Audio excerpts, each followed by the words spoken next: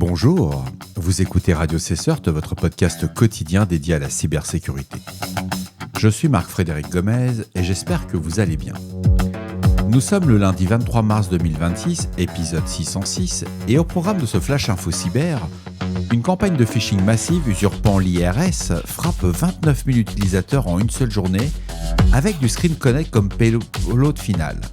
Le groupe Teams PCP lâche un wiper ciblant l'Iran via une supply chain attack sur le scanner Trivi et récidive aujourd'hui sur Checkmarx Quix.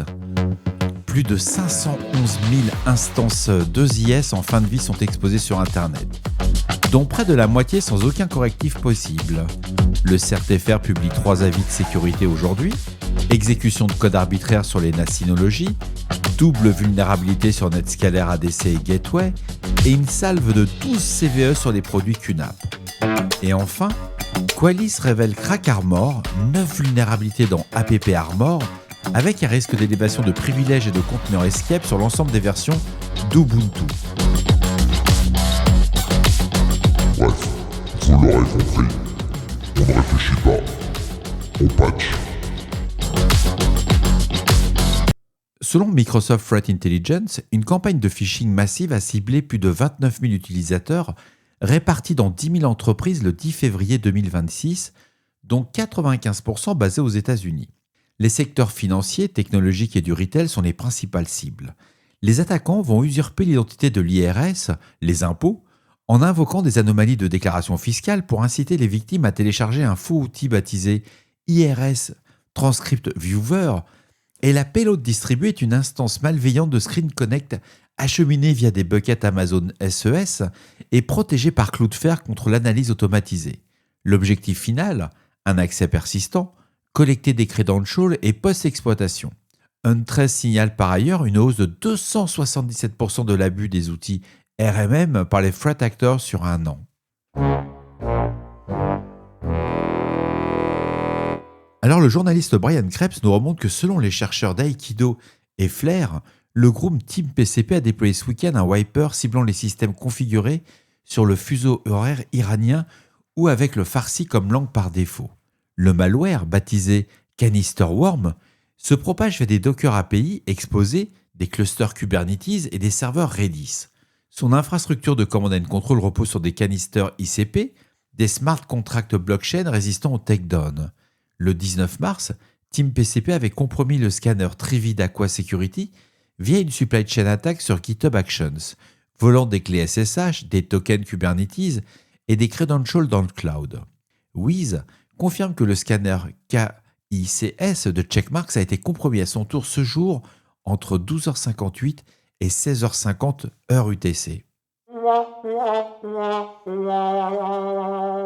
La Shadow Server Foundation a identifié plus de 511 000 instances Microsoft 2IS en fin de vie exposées sur Internet, dont plus de 227 000 ont dépassé la période d'Extended Security Update de Microsoft et se trouvent en état de End of Support complet. Ces systèmes ne reçoivent plus aucun correctif, y compris les patchs payants proposés aux clients entreprises. Les déploiements vulnérables sont majoritairement concentrés en Chine et aux États-Unis, et la Shadow Server Foundation a mis à jour ses rapports vulnérables HTTP en ajoutant les tags End of Life 2IS et End of Service 2IS. Pour faciliter l'identification par les équipes réseau et les CERT nationaux, il faut savoir que Microsoft 2IS était fréquemment ciblé comme acteur avec comme vecteur initial d'accès, et ces instances représentent une surface d'attaque persistante pour les ransomware ainsi que pour les Initial Access Brokers. Ouais, mais quelle idée de déployer du 2IS sur des serveurs web, quoi. Je sais pas, c'est l'Internet des années 2000. On n'avait pas dit bienveillance ? Non, pas de bienveillance. Le CERT-FR a publié 3 avis. Le premier avis, le CERT-FR 2026 AVI 338, concerne une vulnérabilité critique dans les produits Synology. La CVE 2026 32746 permet une exécution de code arbitraire à distance sur plusieurs versions du système DSM. Le système DSMUC 3.1 est également concerné dans toutes ces versions sans correctif. Alors Synology a publié un bulletin de Synology SA 2603 le 19 mars 2026 avec l'ensemble des correctifs applicables aux branches DSM concernées. Un second avis du CERT-FR, l'avis 337, relatif à 2 vulnérabilités affectant Netscaler ADC et Netscaler Gateway, les CVE 2026 3055 et la CVE 2026 4368 vont permettre respectivement une atteinte à la confidentialité des données et un contournement de politique de sécurité. Sont concernées les branches de Netscaler ADC antérieures à la 13.1.62.23, la 14.1-66.59, ainsi que les variantes FIPS et NDCPP antérieures à la 13.1.37.262. Concernant Netscaler Gateway, qui est également affecté sur les mêmes branches, que ce soit la 13.1 ou la 14.0, Citrix a publié le bulletin CTX 696300 ce jour avec les correctifs associés. Et on va finir sur le dernier avis du CERT-FR, l'avis 2026 AVI 336, qui va signaler de multiples vulnérabilités dans plusieurs composants QNAP. Les produits affectés incluent QU-FTP Service, QU NetSwitch, QU Router ou KVR Pro et le greffon Media Streaming. Les risques couvrent l'exécution de code arbitraire à distance, le déni de service, l'atteinte à la confidentialité des données, le contournement de politiques de sécurité et des injections XSS. On a tous CVE qui sont associés à cet avis, dont la CVE 2025 59383, la CVE 2026 22895 et la CVE 2026 22902. QNAP a publié 5 bulletins de sécurité le 21 mars, référencés QSA-26-07 à QSA-26-15, avec les correctifs disponibles par composant. On a appris que Qualys a découvert 9 vulnérabilités dans le code APP-Armor du noyau Linux. Regroupées sous le nom de Crack Armor, il y a 2 CVE qui sont à ce jour assignées.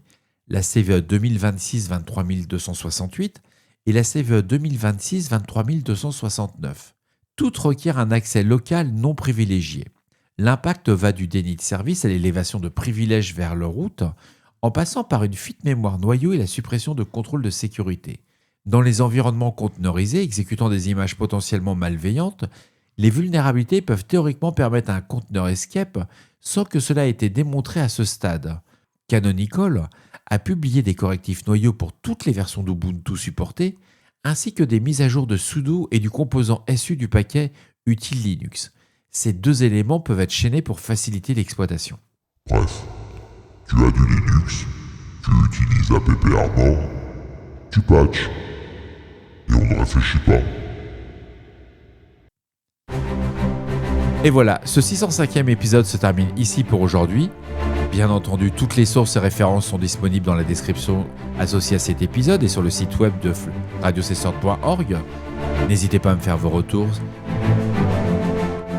Je vous souhaite une très belle soirée, une très belle nuit et on se voit demain. Au revoir.